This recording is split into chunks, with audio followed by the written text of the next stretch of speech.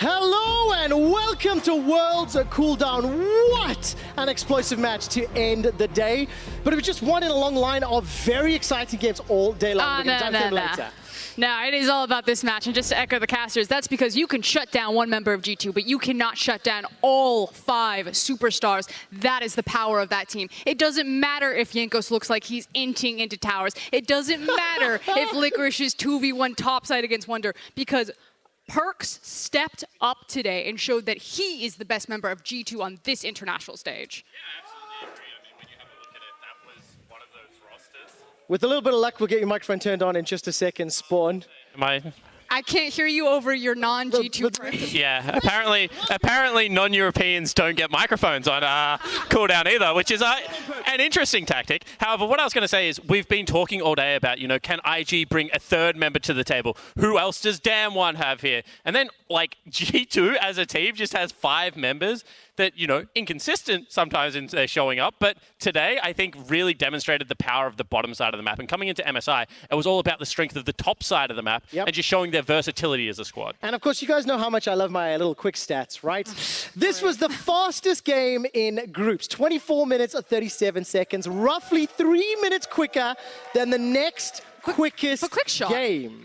Isn't this all about scaling? Isn't this all about playing slow? Isn't this all about the things like the Kales? There was a Xayah in that game. Hey, look, when you have 30 kills in 15 minutes, technically the scaling happens extra because of the gold. Look, let's dive through some of the nuances. Let's start in the draft. What do we think of the picks and bans and how it turned out? Well, what I was going to say is actually when it comes to scaling, it kind of takes 2 to tango. And if Cloud9 are just going to throw down the way they did, especially in such an explosive draft, I think it's no surprise that this game went so quickly. As soon as you sub in Blabber, you give him something like an Elise, you expect the pace of the game to be quite quick. And it's an interesting tactic, because much like when teams used to do against IG, I think it actually suits G2's wheelhouse a little bit more than it suits Cloud9. And we were talking about this earlier on in the day. When someone comes sprinting at you, as Spawn is talking about, you can't just gentleman agreement like, hey, can we slow this down? No, you have to go toe-to-toe with them. And when you choose to go toe-to-toe with G2, you show how quickly that gets out of control. It looks messy, but there is a beautiful genius behind it in the split-second decision-making, which put G2 on top. And as all good genius, there's also some insanity mixed in there, because Wonder walked up to trade 1 empowered Q for a pull and then died. Just straight up got solo killed and put down. So I think but that's the edge you want your players playing on. You want them to be so confident in their 1v1 matchups that every single advantage they get, they exploit to the maximum. And sure, sometimes it's going to explode, but if you have 5 players playing that style, majority of the time, if your players are good enough, they're going to get those big advantages. And especially when you see that there are individuals that can carry in every single role on this squad. I love the statement that Perkz made on the Xayah. Now we've got a huge clip, a roll of B-roll replays is the word I'm looking for. Highlights. You can tell I'm not warm. It's a highlight package. Let's talk through it, and this is going to be from start to end of the game, and this is where Perkz and Mickey start the roll. So I want to go a little bit deeper dive analytically with Perkz and his Xayah, and why, yes, Xayah is a mainstay of the current meta, but especially for Perkz, why it's so devastating. This guy was originally a mid laner. He knows exactly how to abuse zone control and how to start a lane from level 1. And Xayah is an AD carry that allows him to do that. With the feathers, with the pullback, she gives you everything, and she plays very similar to a mage. Also, unlike a lot of other AD carries in the world, he didn't have to play in a meta where you needed 4 items to be useful. So Perkz is willing to push his lead much earlier in the game, and you should see that he does play around those 1 and 2 item spikes, maybe more aggressively than we would see from other AD carries.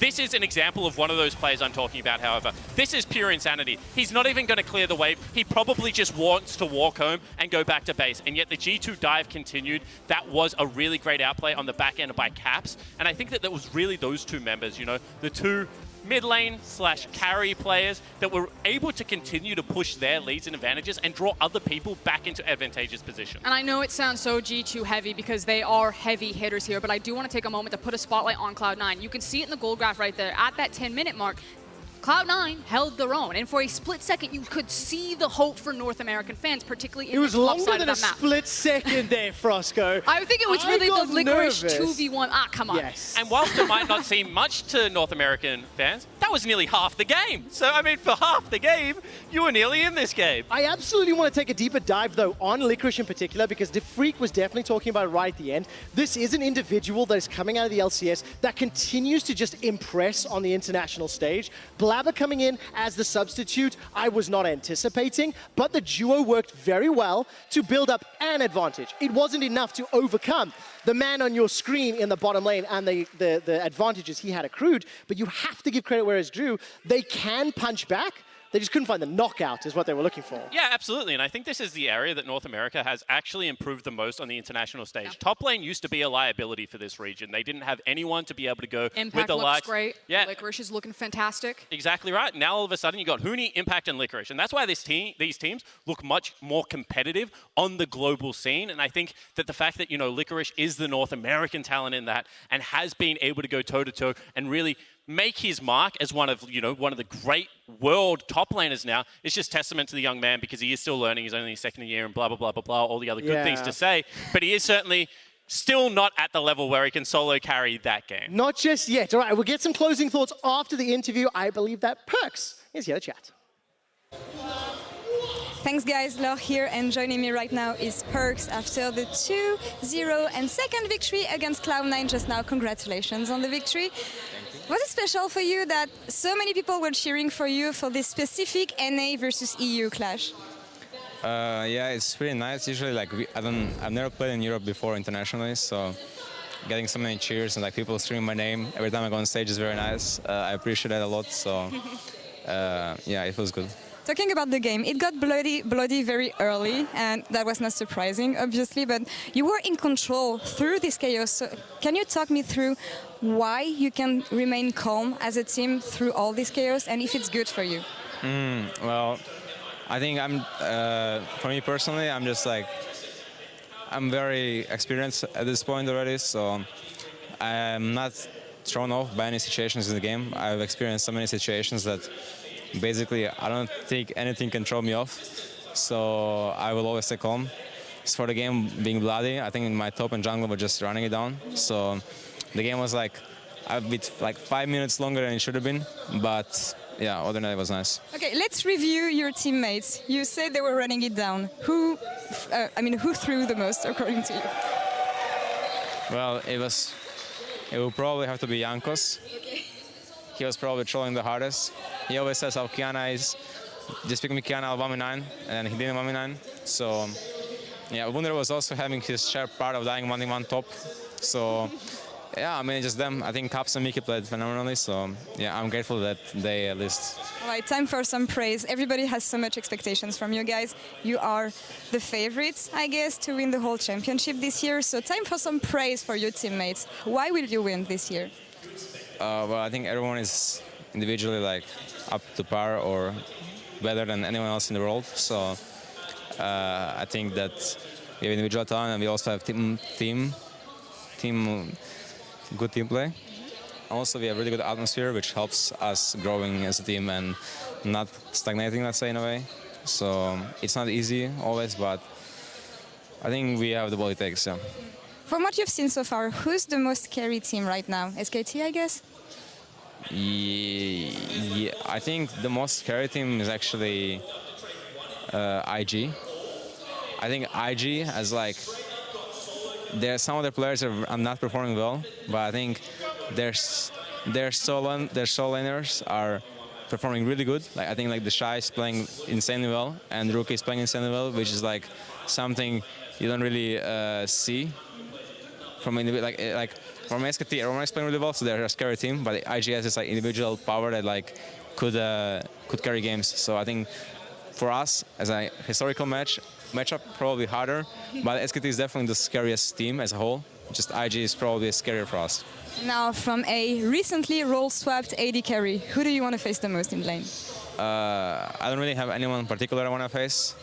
But I guess I always like to face good players. So probably RNG. Yeah, he's a phenomenal player, right? So beating him on 2 roles would be quite an accomplishment, right? So that's something I'm looking forward to. Hope you can face him later then. Thank you very much, Perks, for joining me. And back to you guys in Cooldown. Thank you so much, Lauren. I want to focus in on the front part of that interview when he was talking about the crowd cheering for him. Because for so long, when G2 take the stage, they are the villains. They are the conquerors of Europe. And they would be booed, or the crowd would be silent. It was always heavily Fnatic favored. But when they went to MSI and now at Worlds, they're now the champions of Europe. And Perk says, watch me, and Europe says, hell yes. Hey, put my international hat on for just 1 second. I reckon they're still the villains. I mean, this is a team that still has so much, cockiness and swagger and bravado and everything else that you want to throw on top of it. I don't think that means they're not likable, but I certainly don't think they're the good guys of League of Legends. The thing that's amazing is I definitely think you can pick certain elements of what they do and you can defend either perspective. But hearing Perks in that interview, there was a seriousness and a stoicness to his answers that you rarely hear. He was not the overconfident, cocky guy you hear in LEC. He was respectful, he was direct and blunt, and I absolutely think all of those feelings are underneath, right? But that man means business, and when I see that interview, I actually have more confidence in G2 than I did beforehand. But here's the thing, I understand where you're coming from. They still have that bravado around them, but it's not necessarily on G2, it's on the crowd. It's on actually hearing people lose their mind over G2 and have G2 chants. When I first came to Europe, that was non-existent. I'm just saying, take them to China and see how many people cheer for G2 there, because I think that there is still mixed emotions about this team, and that's why I actually think they're such a great team to watch and spectate. They're one of my favorite teams to watch on the international stage because of all the things I've just described about them. And I think that the reason that he is being reserved is because we haven't yet seen a game where it has all come together at Worlds. You have games like that during Europe, right? However, they still need that one performance where all 5 members pop off and then they do get the 20-minute closeouts that we were seeing MSI. When they reach that final form, that team is unbeatable. But you give the Shy 6 kills, and he might be enough to run over your team, right? So I think that there is still that stage where they're like, okay, we do need to be a little bit reserved. We are crushing people. We are definitely the front runners. I have picked them to win Worlds before I walk outside and get mobbed. However, I do think that there is still an extra level that we did see at last international event that I'm super excited about. Mate, you think you're getting outside? I'll take you right now on the table. I love this, I love this, I love this. All right, we've spent a lot of time talking about G2 versus Cloud9 because it was such an epic game. But 5 other matches happened today. I'm going to focus in on some of them. Team Liquid versus AHQ is where I'm going to start. And Frosco, what's your takeaway when you think back to how this played out? I mean, I think Doublelift's interview said it all right there. We've had some very blunt and honest AD carry interviews, and his team was running it down. Every single time you saw that Jensen got blown.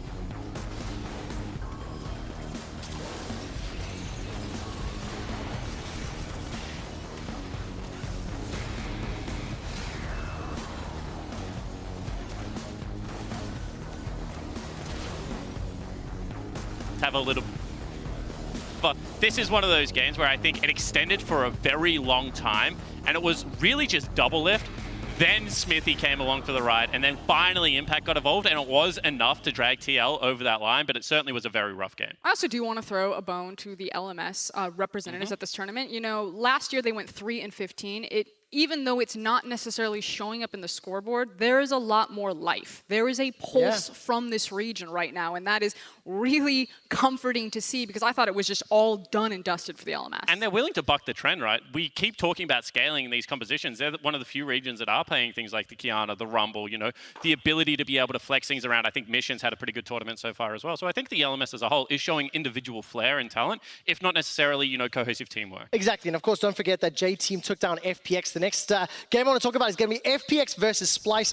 We don't have to talk about this one. I really thought Splice were going to have this one in the bag, and it just fell to pieces at the end, Spawn. Yeah, it certainly did, and I think that you have to really credit Splice for their researched and well-prepared early game and their ability to cut off FPX's play before it really even began. They beat them to the punch multiple times, and I do credit Humanoid and Xerxes for the ability to be able to do that in the early game. However, Humanoid is completely lost in the mid game right now, in my opinion. This guy has the second highest isolated deaths out of any person currently at Worlds. And I think that this game was a great demonstration of the fact that against a great team, you cannot let an area of your game fall down, because you will be punished and you will lose games because of it. There's a wonderful article that Kelsey Moser put out where she talks about the vision game and the vision holes that Splice have, and a credit to that to kind of where their mid-game holes fall down. I also think that it's compounded on the fact that if you look at Humanoid and Norscaron, normally in the mid-game, kind of your two most important pieces are going to be your mid laner and your support for your vision control and your pressure game. And when these are kind of the most inconsistent members of your team, that's also where a lot of the magnifying glass needs to be put on Splice. But to my understanding, they're also the youngest members of the team. So there is terrific upside to Splice. They're coming in as Europe's third seed, and it would be great if they did make it out of groups and did start crushing people. But I do think people are very, very harsh on this lineup, because from what I've seen, they have brilliant moments, not good moments. And sure, there is something missing, but they are still a very classy lineup. And I'm excited about them for the future. Spawn, before we had seen the group stage games, it would have been a much more unbelievable statement that Splice are going to make it. Now, after we've seen the games, and we see not only how well Splice are playing, but how their opponents are not necessarily performing to the expectations, it gives a little bit more hope. Let's take a quick look at the standings, and we can continue discussing the bigger picture of Worlds. And one of the things I absolutely want to dive into is this discussion around scaling and whatnot. I don't think it was locked down. It's not about scaling. It's about the blind picks. Exactly. And one of the things that I really love, yesterday on Cooldown, I think Jats and I were discussing it, specifically around like first game jitters, you know, day one, day two of group nerves. You see G2 yesterday, you see G2 today, and there's like proof in the pudding. Today's games ramped up in kills, in action, in speed, as it were, even if game times didn't necessarily go down. Hell, I think we should just go back to like crediting versatility. Maybe there's just not a best way to play the game, but depending on your opponent, and depending what they give you in pick ban phase, there is a best way to be able to drive towards that, then play the game. If they get rid of Kiana and Pantheon, maybe there are better scaling options. However, if they leave them up, I have all faith that G2 is going to take those two picks and run over an early game as well. So I certainly think that the meta is not set, but I think that what it has shown is the meta is wide open. Yeah, and that means in best of fives, as Spawn's kind of alluding to, that you're going to get very tailored series metas and not necessarily a tournament meta. I think that this is going to be a Worlds where, depending on who your opponent is, it's going to heavily determine what your priorities are going to be instead of the set OPs. Oh man, we only have one more day of groups before we close out each individual group, or at least the first half. Group D is already wrapped up. Damwon, IG, and Team looking all tied at 2-1. Yeah, and I think that I'll call this a group of death, right? You got three teams up the top. Unfortunately, one of them is not going to make it out of groups, but I do love Group B, you know, the group of mess, where everyone is just absolutely all over the place. 1-1 for everyone. And I think that, you know, we've seen now a great game from probably each of these teams, and then a shocker to just round it out as well. Yeah, I'm looking at the Group A, the group of free, the group of mess. Sorry, I had to get one more shot in there. I absolutely love the titles. Just one last question before we do head off. RNG versus Fnatic is the opening game tomorrow. Fnatic have given me more questions than I would like. What time does it kick off here? 3 p.m. Okay, European fans, get in at 4. Like, I'm just going to do you a favor. I'm going to make sure that everyone's happy when they get in. I don't want to ruin people's day at 3 p.m. I told you want to throw down right now. On that bombshell, before these two get into some fisticuffs, let's head off. If you missed any of the action today, make sure you stay right here for the rebroadcast starting as soon as we head off. Good night, goodbye, and we'll see you tomorrow. Europe, I love you. You wouldn't know. You've done so.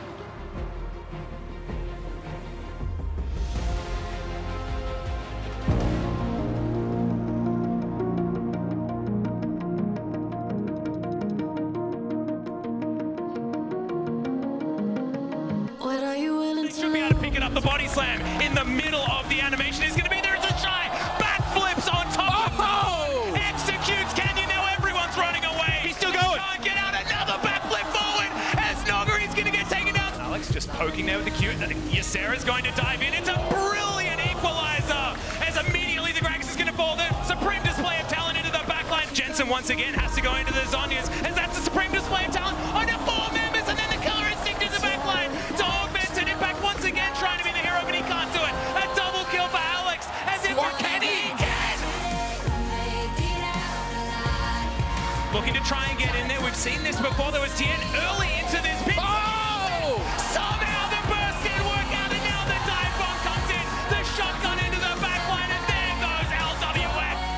Here comes the re-engage. GPO going to kite out of it, but low health bars could make things dangerous. Leaf's going to lose the Guardian Angel. The re-engage comes across. This time Zin can join in, but it's 2 for 1 so far, 3 for 1. It's all game so far, shutting down everybody.